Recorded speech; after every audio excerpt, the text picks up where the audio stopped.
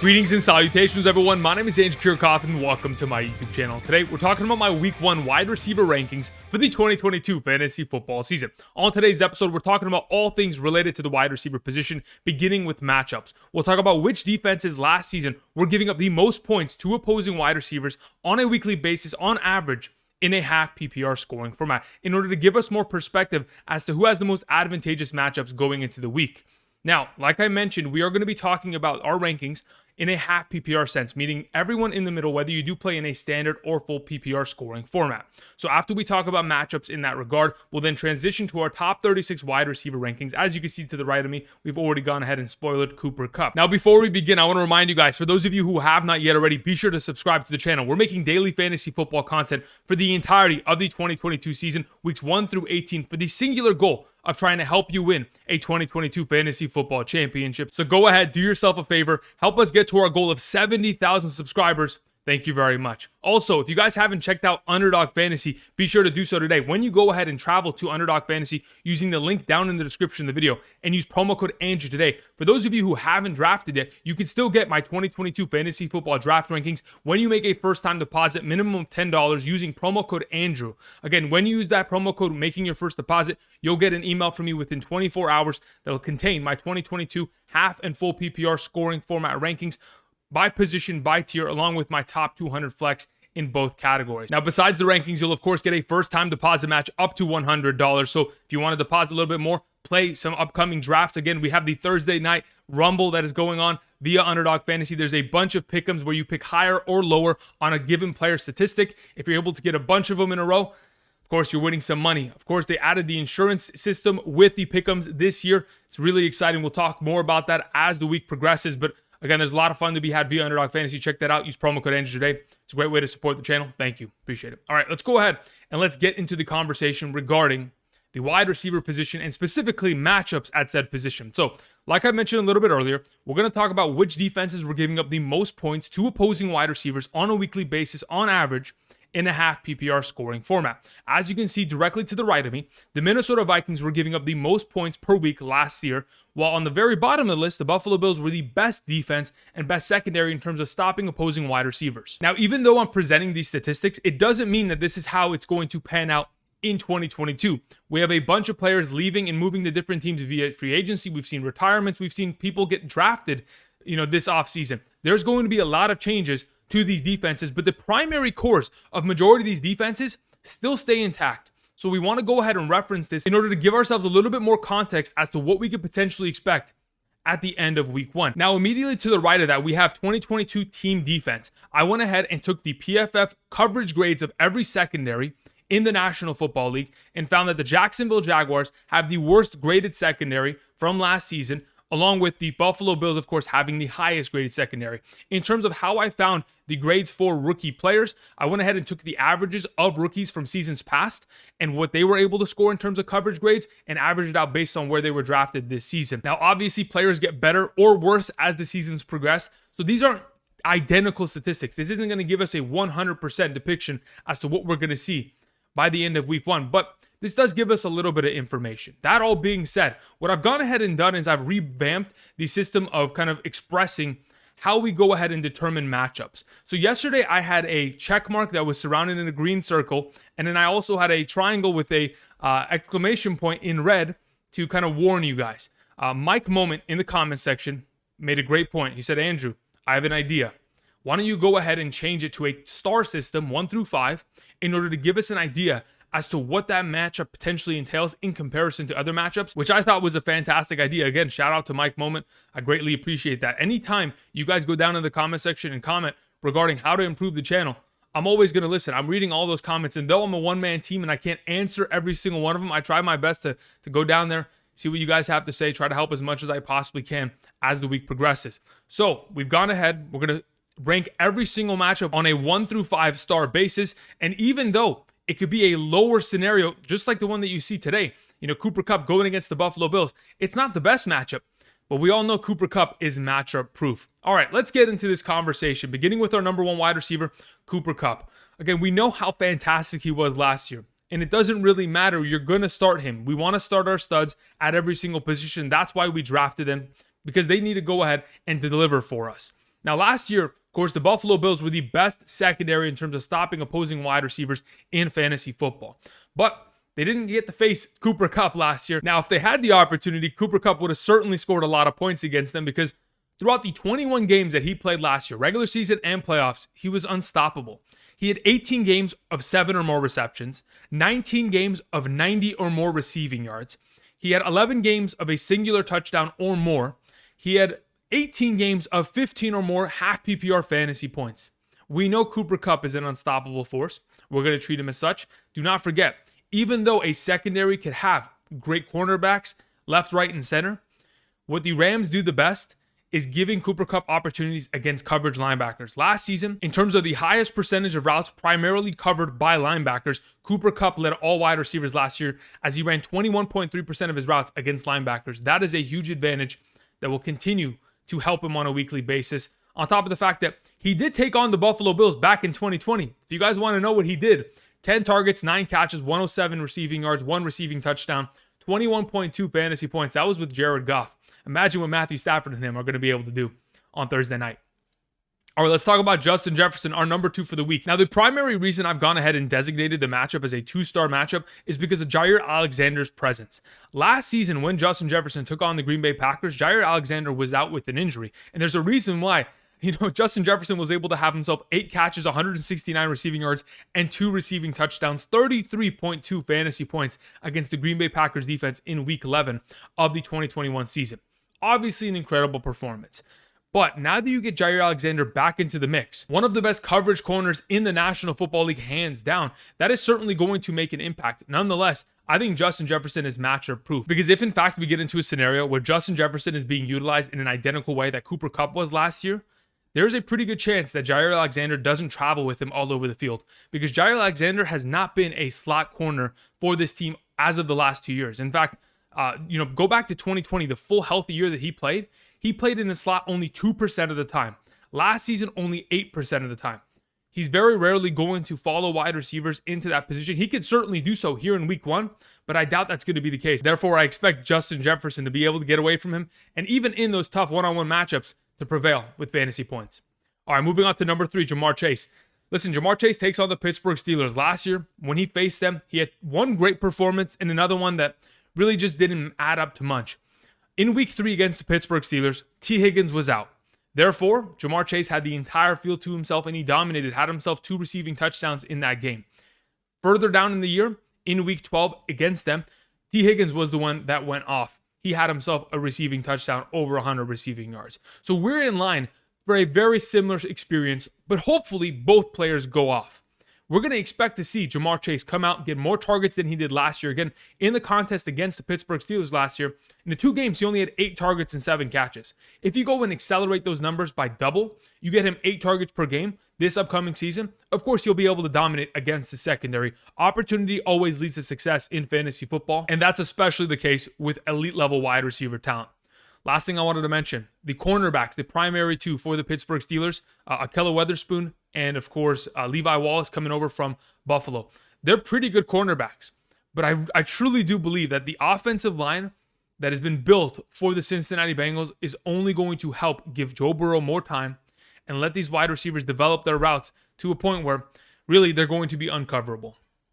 All right, moving on to CeeDee Lamb, our thumbnail for today's video. Listen, CeeDee Lamb is in a perfect position to succeed because the last time he took on the Tampa Bay defense, last year, Week 1, he went absolutely off. He had himself 19 fantasy points with 15 targets and only 7 grabs on those 15 targets. If he's able to accelerate that number in the right direction, of course, we're going to see a lot of success. But not only was CeeDee Lamb able to succeed against the Tampa Bay Buccaneers last year, but so was Amari Cooper. Amari Cooper had himself 13 catches, 139 yards, 2 receiving touchdowns, and 32.4 points against the Tampa Bay Bucs in Week 1 of the 2021 season.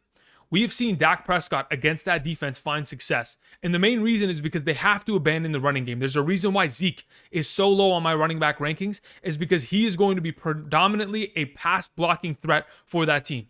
Maybe he'll catch a couple passes here and there, run the ball ever so often, but it is purely going to be a game where Dak Prescott throws the ball a bunch, just like he did last year. 58 passing attempts last season in that contest is no joke, a number that we could very easily see duplicated. I think it's a fantastic matchup, and as the primary de facto number 1 of this team, he should be scoring a lot of fantasy points for us this week.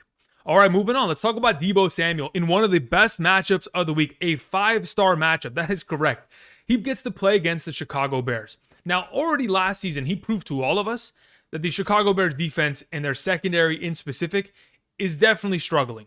And they're probably going to be in a similar position this year because all the Chicago Bears secondary has done this offseason is brought in rookies that, yes, in a couple of years are going to be great. But as of right now, it's going to be their welcome to the NFL moment. Deebo Samuel last season, week 8 against the Chicago Bears, had 20.1 fantasy points. He had a game in which he had 6 receptions on 9 targets, 171 receiving yards. An incredible performance. And this was the streak of games where Deebo Samuel was the primary number 1 wide receiver of this team. In fact, weeks 1 through 9 of last year, as a pure receiving option in 8 games, was averaging 17.61 half PPR fantasy points per game, over 110 receiving yards per game on average. That in itself, along with the fact that they're probably going to try to get Trey Lance into a comfortable situation with a lot of scheme throws where pretty much drop back 3 steps, throw the slant, and just allow Deebo Samuel to make plays after the catch. That's how this offense functions. They're going to continue to accentuate that and allow Deebo Samuel to dominate this week. Let's move on. Let's talk about our number 6 wide receiver. That is exactly Davante Adams, wide receiver of the Las Vegas Raiders. Listen, Davante Adams is in a position this week that if in fact we don't see J.C. Jackson healthy and ready to go, Davante Adams should be able to dominate against his secondary. But if in fact J.C. Jackson is ready to go and he's healthy, I know the timeline in which he was potentially going to be out was 2 to 4 weeks. It would technically be 2 weeks by Sunday. So he may be able to go, but we'll see. Either way, the Los Angeles Chargers secondary has been pretty good over the last couple years, but really Davante Adams is a matchup-proof prospect. Regardless of whether it's Aaron Rodgers or Derek Carr, I truly do believe that no matter who lines up against Davante Adams, he's going to find immediate success. Last season, obviously, he was averaging over 20 fantasy points per game, 10 targets per game. Incredible numbers with Aaron Rodgers under center. But we have to remember that Derek Carr and this Las Vegas team found a lot of success against the Los Angeles Chargers last season. Even though in the first game they struggled pretty mightily, in that Week 18 contest to see who was going to make the playoffs, we saw the best version of the Raiders, which we're certainly going to see an even better version of them in Week 1 of the 2022 year. Just to kind of give you guys a reminder, Hunter Renfrow last season against the Los Angeles Chargers had himself 10 receptions, 58 yards, 3 receiving touchdowns, 28.4 fantasy points. If Hunter Renfrow is able to average 14.2 fantasy points per game against your defense, just imagine what Davante Adams is going to be able to do. One of the best route runners in the game, one of the best one-on-one receivers in the game. If they get him into those advantageous positions, bet your bottom dollar he's going to be able to score. Moving on to Stefon Diggs. For the Buffalo Bills playing in that Thursday night matchup game against the Los Angeles Chargers, I understand that Jalen Ramsey is most likely going to be covering him. But that doesn't mean that Jalen Ramsey is an impenetrable force that is just completely going to shut down Stefon Diggs. We've seen Stefon Diggs going back to 2020 be able to put up points directly against Jalen Ramsey. You look at that game where they took on the Los Angeles Rams in Buffalo. Stefon Diggs had himself 6 targets, 4 catches, 49 yards, and a receiving touchdown. That receiving touchdown specifically against Jalen Ramsey. A lot of potential can be had here in a one-on-one matchup, and though it is a difficult one, we expect this team to move him around the field and give him opportunities against other cornerbacks that he'll certainly be able to take advantage of. This is going to be a higher scoring game in my opinion. I understand both these defenses are great, but ultimately, these offenses, in the way that this league is trending, is going to be a pretty high-scoring matchup, especially for a wide receiver that over the last 2 years has, averaged over 10 targets per game. I expect him to get a lot of opportunity, and even though it's a tough matchup, be able to succeed. Moving on to Mike Evans, our number 8, taking on the Dallas Cowboys. Listen, this is a 5-star matchup. No doubt about it. This is a matchup that I want to have my wide receivers playing in. If only we had a 100% confirmation that Chris Godwin is healthy. We'll talk about that in just a bit. But either way, let's talk about Mike Evans and his potential. Regardless of who else is starting on the field, Mike Evans is going to find success. And though he didn't do that last year, week 1, against the Dallas Cowboys, only scoring 3.9 half PPR fantasy points, we have to just kind of take into account what exactly Mike Evans has accomplished for this team. Again, in the last 30 healthy games that he has played with Tom Brady, with the Buccaneers, he has scored 27 receiving touchdowns. There is a lot of success to be had for this offense. And if in fact we see a limited role from Chris Godwin or Russell Gage, because we know both of them are dealing with injuries, there may be a possibility where Mike Evans even elevates even past this current ranking. Let's not forget, last season, the Dallas Cowboys secondary was torched by the Tampa Bay Buccaneers passing offense. Whether it was Chris Godwin, Antonio Brown, Rob Gronkowski, They all found success in that matchup. Mike Evans was just the odd man out in that given week. Also, a stat that I wanted to mention, the top 3 cornerbacks for the Dallas Cowboys, Diggs, Brown, and Lewis, last season were, by far the worst corners in the league in terms of giving up yardage to opposing wide receivers. Diggs gave up the most yards in coverage, 1,016 last year. Brown gave up 821, that's ranked 4th amongst all cornerbacks in the National Football League last year. And Lewis ranked 15th, giving up 645 yards. They also, as a trio, gave up 14 touchdowns last season. I understand Trayvon Diggs getting interceptions is great for that defense, but he also gives up a lot of plays, which I expect Mike Evans to be making this upcoming Sunday. All right, let's talk about Tyreek Hill. Though I don't have him in a proper-looking Miami uniform yet, just give it a week and we'll find ourselves a pretty high-quality image to pop in there. But nonetheless, let's talk about him taking on Bill Belichick's defense. Throughout his entire career, Tyreek Hill has been able to defy the odds of what Bill Belichick does. And what he typically likes to do is take a singular part of your offense and eliminate it. Typically, that's been tight ends in the past, but you would expect him to try to eliminate Tyreek Hill from the Kansas City Chiefs. But when we look at 2017 through 2020, with the Kansas City Chiefs against the New England Patriots, there have been 4 games that Tyreek Hill has participated in during the regular season. Throughout those games, he's averaged 20.85 fantasy points per game, 24 receptions in 4 games for 401 receiving yards, 5 receiving touchdowns, 83.4 total fantasy points. A lot of success has been found, and that's just because Tyreek Hill, the speed that he presents, it changes the math of a secondary. You have to play with a safety over the top. And if you're going to play a safety over the top on his side and he runs a shallow route, it's going to open up opportunities for his teammates. So oftentimes they have to, gamble against Tyreek Hill. And when they do, they often get burnt. I expect the New England Patriots secondary to have their hands full this upcoming Sunday against this Miami offense. All right, let's talk about our number 10, T. Higgins. Again, like I mentioned, I expect both these wide receivers to find success against this defense because we've already seen it take place. Besides Jamar Chase having success in week 3 against the Pittsburgh Steelers with over 20 fantasy points, we saw T. Higgins against them absolutely destroy James Pierre. Now, James Pierre is no longer the starting cornerback of this team, but if in fact he wants to step out and try to cover him once, that'd be fantastic because when I was watching film of this game last year, James Pierre got completely torched. Not only did T. Higgins have 6 catches for 114 yards and a receiving touchdown, he was tackled down at the 1-yard line. Could have very easily had a second touchdown and elevated his 20.4 half PPR fantasy points to 26 points. Very easily could have been the case. Now, going into this upcoming week, in the same vein as Jamar Chase, this offensive line is going to help protect Burrow against what the Pittsburgh Steelers do the best, which is rush the passer. If they're able to stop them, T. Higgins, Jamar Chase, you can't cover them both with double coverage. If you do, good luck with Joe Mixon. Good luck with, Tyler Boyd. You'll get torn up from other parts, but I expect T. Higgins to find a lot of success against this secondary this upcoming week.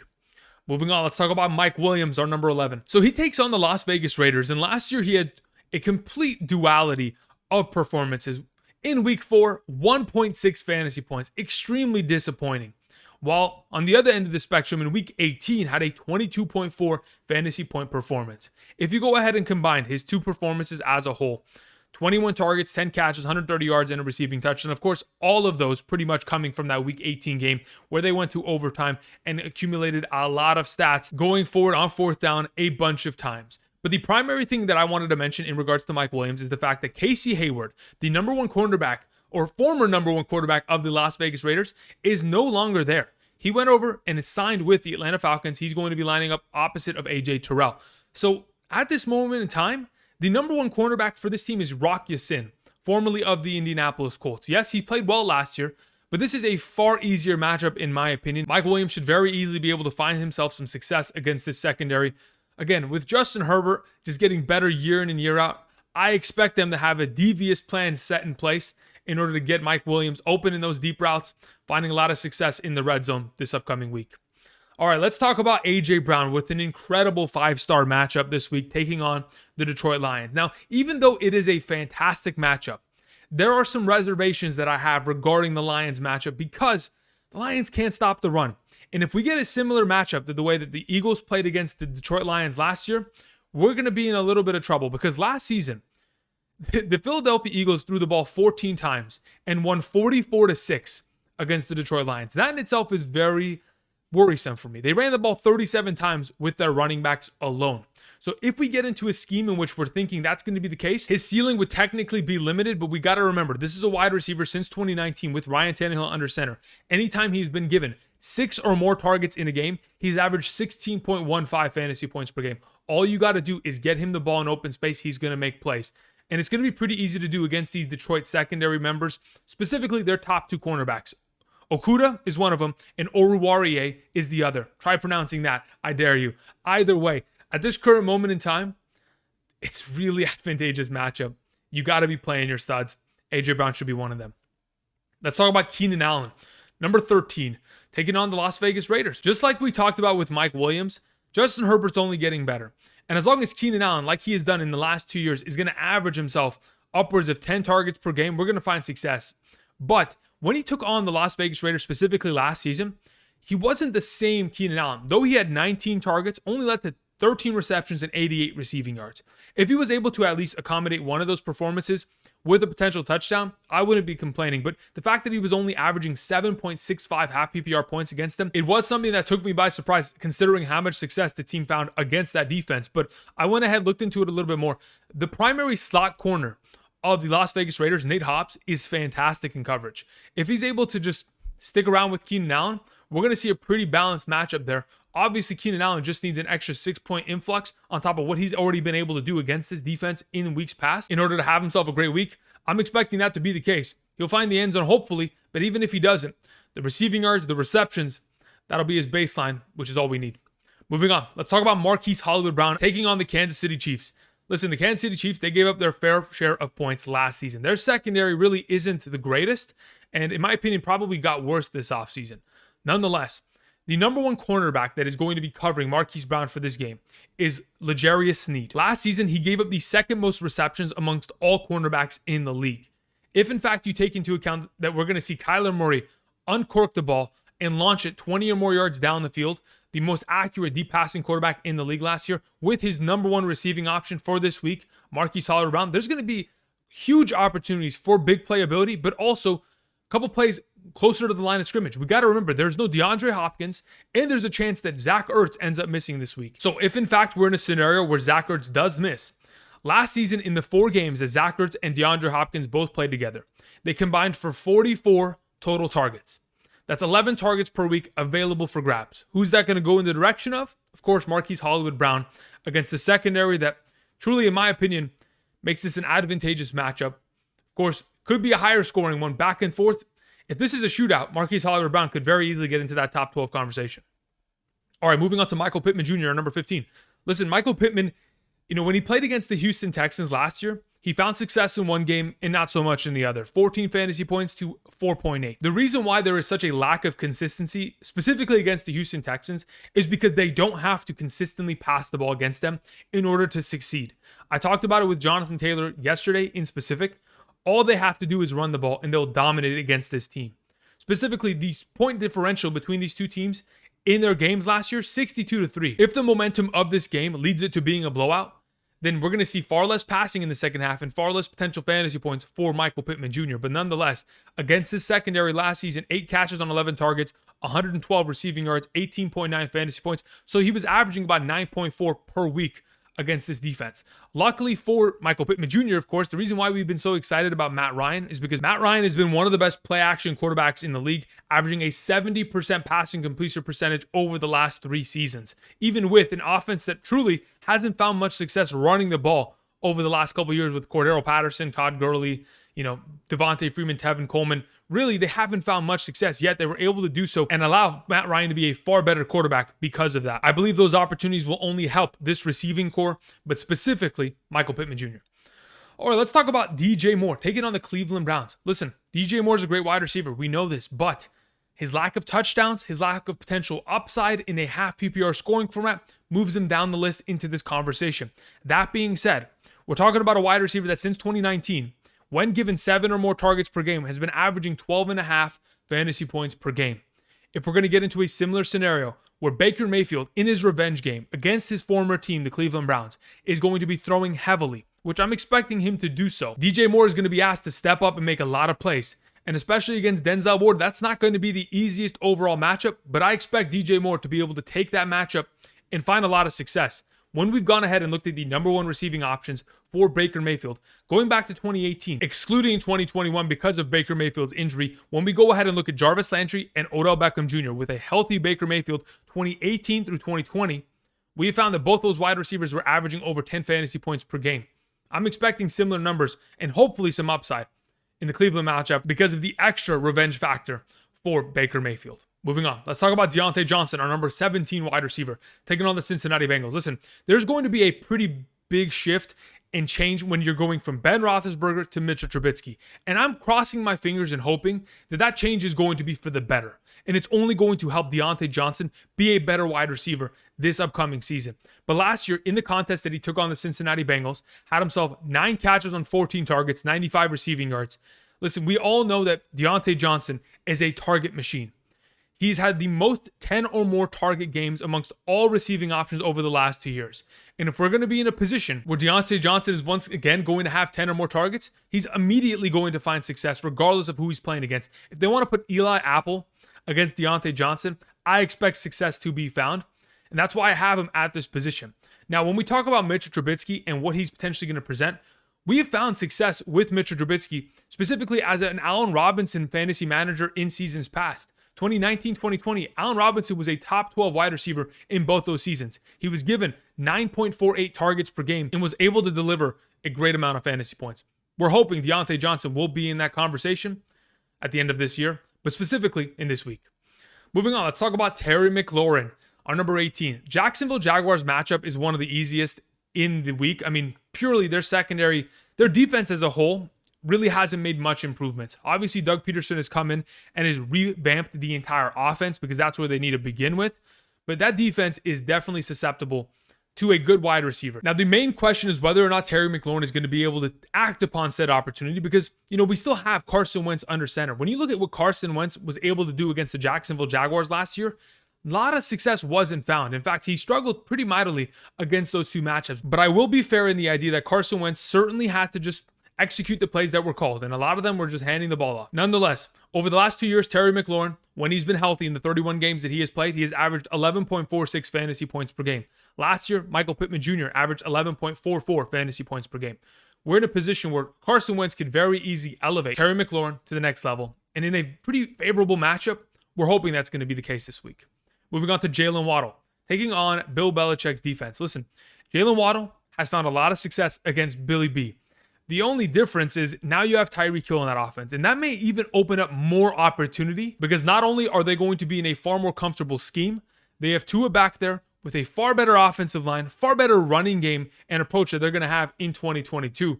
This may just open up more opportunities for Jaylen Waddle to succeed. Last season in the 2 games that he took on the New England Patriots, 14.1 and 11.2 total fantasy points.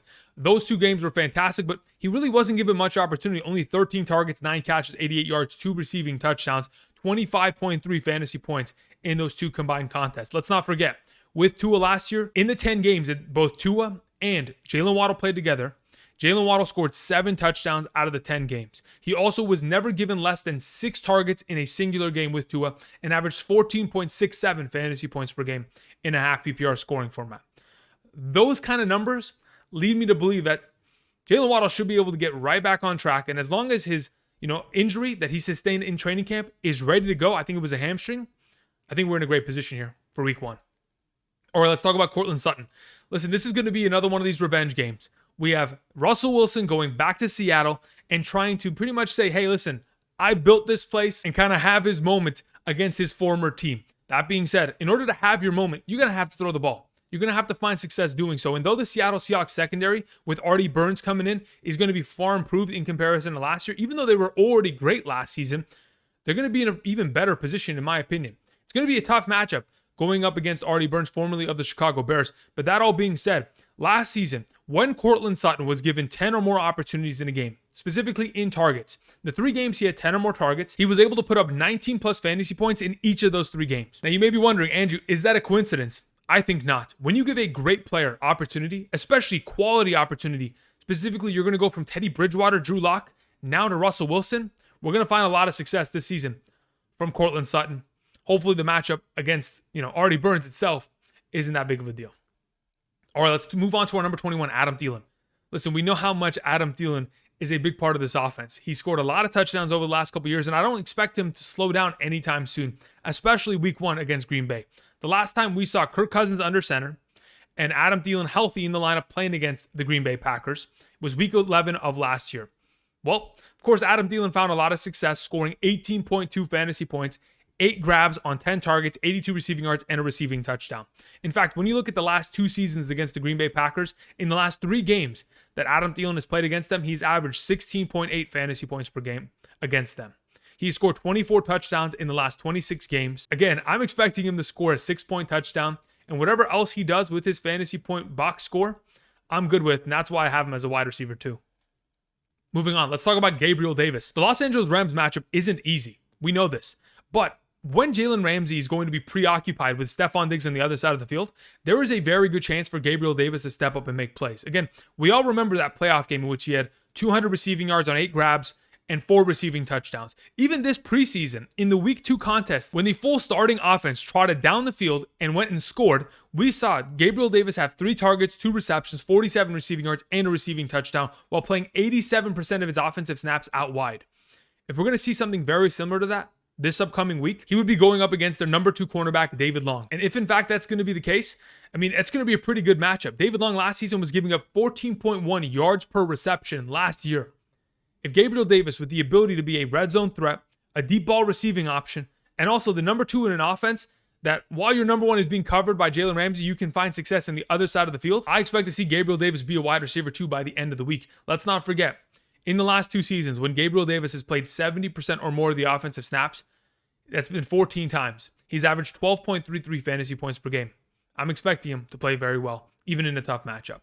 Moving on, Brandin Cooks as our number 23. Listen, I've learned my lesson with Brandin Cooks. Regardless of who's at the quarterback position, he is always going to find success. Regardless of who's playing cornerback against him, he is going to find success. And this specific week, it is against Stephon Gilmore and a pretty good Indianapolis Colts secondary. With that all mentioned, last year against the Indianapolis Colts, he found himself relative success. Of course, one game with Tyrod Taylor, one game with Davis Mills, a little bit of a mix-up. But ultimately, when we have seen Brandin Cooks with Davis Mills in the 4 games where Davis Mills was a starting quarterback and Brandin Cooks did not leave with an early injury or vice versa, Davis Mills leaving with an injury, we saw Brandin Cooks averaging 17.88 fantasy points per game last year with 9.8 targets per game, 7.4 receptions per game, and 92.8 receiving yards.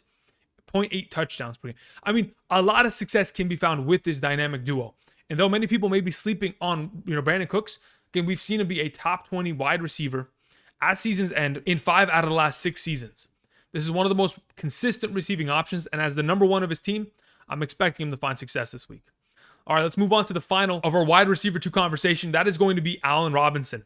Takes on the Buffalo Bills. Again, the toughest matchup of the week. But it isn't at a point where I'm too worried. I'm not going to make this a 1-star matchup because as of right now, he's going to be matched up against Kaiir Elam, the rookie cornerback that was drafted in the first round of the 2022 NFL Draft. And while we still have Tre'Davious White, their primary number 1 corner, on the PUP list coming off the ACL, it seems to me that Allen Robinson could very easily have himself a great week here. This is most likely going to be when the Buffalo Bills secondary is at their weakest. And if you can go ahead and expose them with the potential duo of Cooper Kupp, Allen Robinson, and Matthew Stafford looking healthy with that elbow, slinging the rock, we're going to find success. Let's not forget, weeks 1 through 9 of last season, Robert Woods was averaging 7.67 targets per game and 12.74 fantasy points per game. If we're able to get ourselves into a similar conversation, I expect Allen Robinson not only to be a red zone threat for this offense, but to be an option all game long, as if in fact the running game does fall apart with Henderson and Akers not finding success, we know that the receiving game will certainly do so. Moving on, let's talk about the wide receiver 3 conversation, beginning with DK Metcalf, the Terminator himself, taking on the Denver Broncos. Now, like I've mentioned all offseason, when he has played with Geno Smith under center, he's actually been quite good. The stats that he's collected from weeks 5 through 8 with Geno Smith, 22 targets, 17 receptions, 251 receiving yards, 4 receiving touchdowns, and 57.6 fantasy points. Now, if you go ahead and just break that down into a matter of quarters, he has played 13 quarters with Geno Smith as the starting quarterback. If you go ahead and take a per average basis on that, that's 17.72 fantasy points per game. Those are incredible statistics, and we're hopefully going to see numbers like that. Now, obviously, some of those statistics are a little bit skewed. We saw last season DK Metcalf catch a ball for 5 yards, then run down the sideline for 85 yards and a touchdown because Marshawn Lattimore fell down.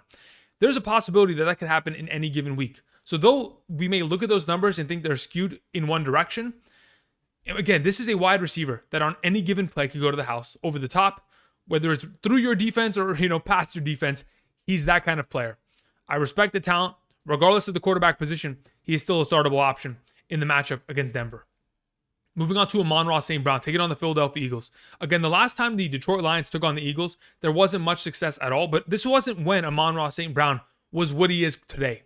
He hadn't fully evolved and been given the pure opportunity of this offense. Now, the current conversation around the Detroit Lions, facility and their coaching staff is who's going to be calling plays. Right now, Dan Campbell wants to do so, and so does their offensive coordinator. I don't know which way they're going to go, but I'm hoping they go in the direction of Dan Campbell, because if you guys remember, late last season, after week 13, Dan Campbell took over the play calling duties, and he continued to allow Amon-Ra St. Brown to be a vital part of this offense, whether it is as a receiver or a runner. You guys got to remember, from weeks 13 through 18, not only was Amon-Ra St. Brown averaging 20.93 fantasy points per game and only behind guys like Davante Adams and Cooper Kupp, but this guy had 6 total touchdowns in 6 games, 5 through the air, 1 on the ground. He was able to get 6 consecutive games of 10 plus targets, 8 plus receptions, and 70 plus receiving yards. Broke a lot of records. This upcoming week, he's going to have a pretty tough matchup against Avonte Maddox, a pretty good slot cornerback to say the very least. But I think that the skill that Amon-Ra St. Brown has already kind of demonstrated to us, if in a proper opportunity and Jared Goff is going to get the ball in his direction, he should be a great play. Moving on, JuJu Smith-Schuster taking on the Arizona Cardinals. Again, this is a very advantageous matchup in my opinion. The amount of points the Arizona Cardinals were giving up to opposing wide receivers last season is a pretty ridiculous number. But with that all being mentioned, I went ahead and did a little bit of research regarding Patrick Mahomes and how much success he typically finds in week 1. It is almost impossible for defensive coordinators to stop Patrick Mahomes early in the year. In the month of September, he just completely dominates. If you look at the last 4 seasons, week 1s, Patrick Mahomes has always thrown for 3 or more passing touchdowns in that given week 1 contest. I expect JuJu Smith-Schuster to be the number 1 receiving option of this offense outside of Travis Kelce. And with that being the case, and JuJu pretty much being incorporated into that slot role, he's going to be getting a lot of targets, and hopefully he's fully healthy, because from what I heard from Andy Reid earlier this morning was that we have no injuries to report, and everyone's ready to go practicing for a successful week 1, and that's what I'm hoping is going to be the case for JuJu Smith-Schuster. All right, moving on to Jerry Jeudy, taking on the Seattle Seahawks. Listen, Jerry Jeudy is in the same conversation, the same boat as Courtland Sutton. It's a revenge game. He needs to succeed.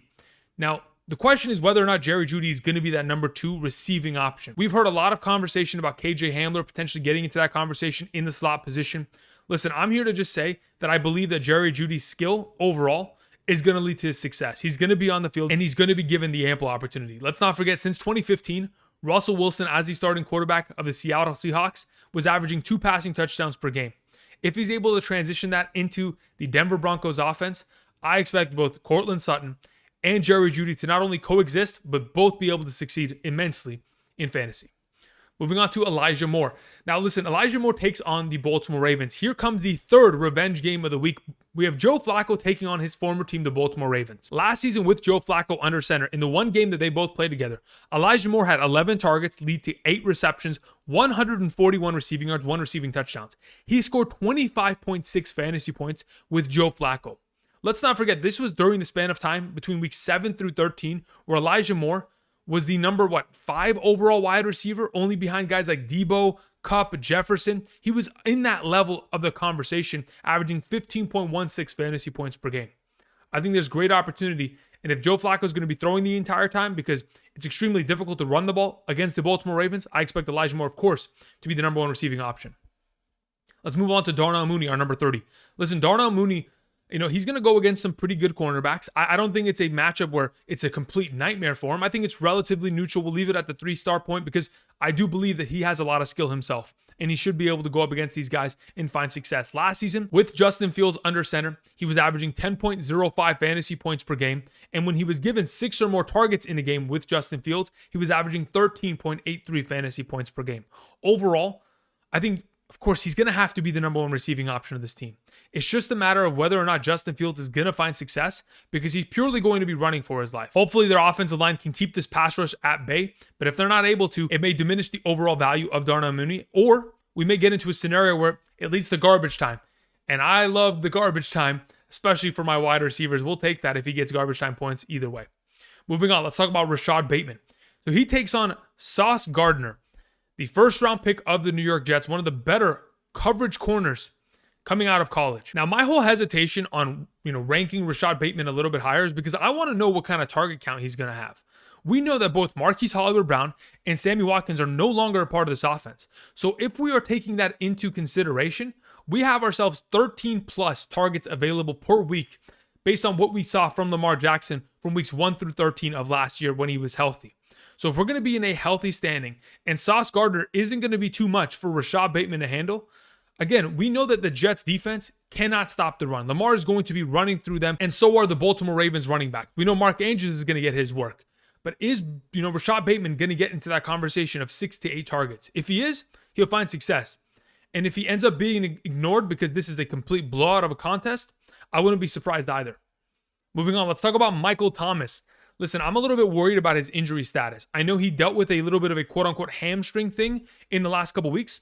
If Michael Thomas is healthy and ready to go, it's a guy that I want to have in my lineup. But he has to take on A.J. Terrell and Casey Hayward, two of the best coverage corners in the National Football League. But if Michael Thomas is back to being the Michael Thomas of 2019, I wouldn't care who he's covered by.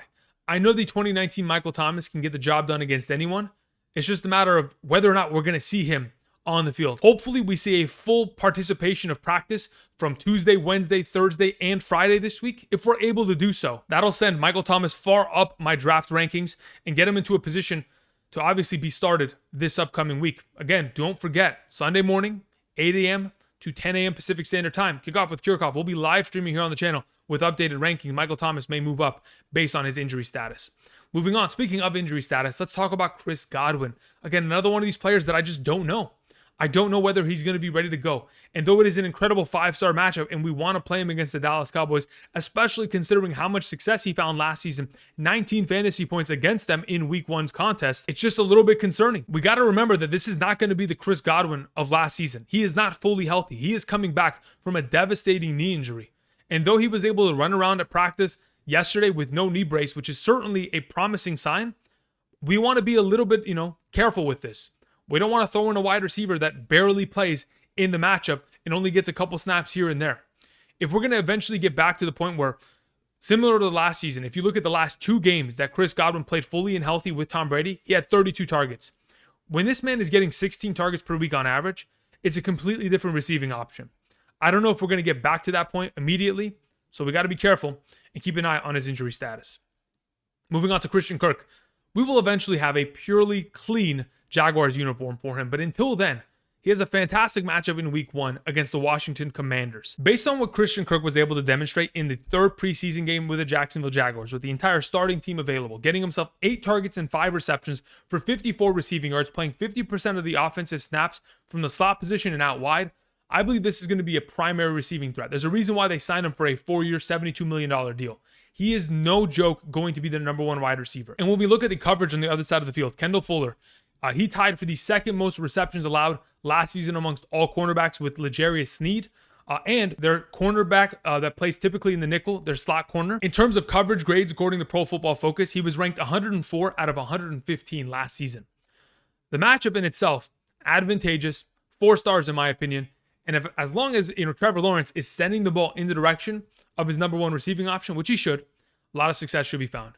Moving on to Amari Cooper. Even with Jacoby Brissett being the starting quarterback, we're going to have to find some success here. They're going to have to throw the ball. Jacoby Brissett, even though he is, pretty much a glorified handoff machine, it is going to be a game where you're going to have to pass. And if you're going to throw it in the direction of a receiver, it's got to be your best. It's got to be Amari Cooper, but please make sure to target David Njoku. If you're listening, Jacoby Brissett or Universe, please, David Njoku, you got to pop off week 1, my guy. You got to.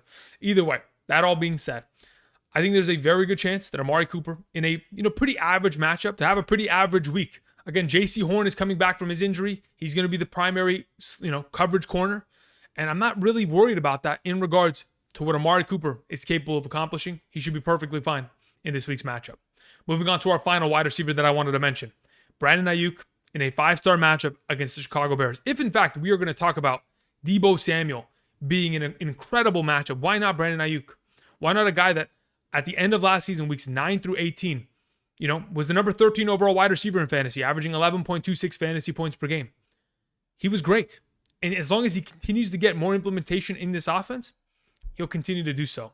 I think Chicago's secondary is certainly going to be in trouble. So Chicago's defense as a whole, across the board, doesn't matter who they're trying to stop, whether it is Mitchell, Lance, Deebo, Aiyuk, Kittle, they're going to be in trouble this week. A lot of points should be scored against that defense. It's only a matter of time.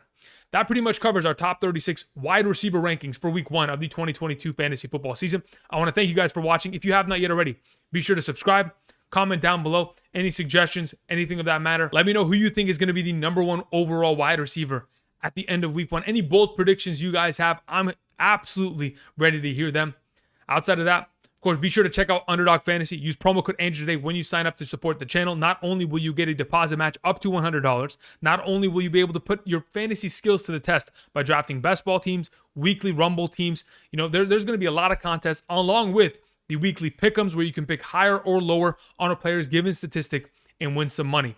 Check that out. Use promo code Andrew today. There's a link in the description. I thank you again.